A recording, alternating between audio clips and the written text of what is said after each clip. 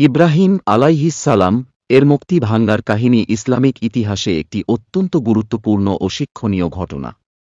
ইব্রাহিম আলাইহিস সালাম এর সময় তার জাতি মূর্তি পূজায় আসক্ত ছিল।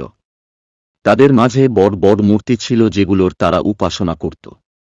আল্লাহ তাআলা ইব্রাহিম আলাইহিস সালাম কে নবুয়তের দায়িত্ব প্রদান করেন এবং তিনি তার জাতিকে একত্ববাদের দাওয়াত দেন।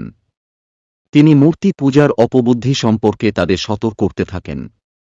একবার একটি ধর্মীয় উৎসবে ইব্রাহিম আলাইহিস সালাম সেই মন্দিরে প্রবেশ করেন যখন সবাই বাইরে ছিল। তিনি সেখানে থাকা সমস্ত মূর্তি ভেঙে ফেলেন, শুধুমাত্র বড় মূর্তিটি অক্ষত রাখেন। বড় মূর্তিটির গলায় তিনি কুড়াল ঝুলিয়ে দেন। যখন তার জাতির লোকেরা ফিরে আসে এবং এই অবস্থা দেখে আতঙ্কিত হয়, তারা জিজ্ঞাসা করে কে এই কাজ করেছে। ইব্রাহিম আলাইহিস সালাম বলেন, এটা তো ওই বড় মূর্তিটা করেছে। ওকে জিজ্ঞাসা করো, যদি সে কথা বলতে পারে। এ কথা শুনে তারা বিব্রত হয়, কারণ তারা জানত মূর্তিগুলো কথা বলতে পারে না বা কোনো ক্ষমতা নেই। এই ঘটনাটি মূর্তি পূজার অসারতা ও একত্ববাদের শিক্ষা তুলে ধরে। এটি ইব্রাহিম আলাইহিস সালাম এর অদম্য ঈমান ও সত্য প্রচারের প্রমাণ।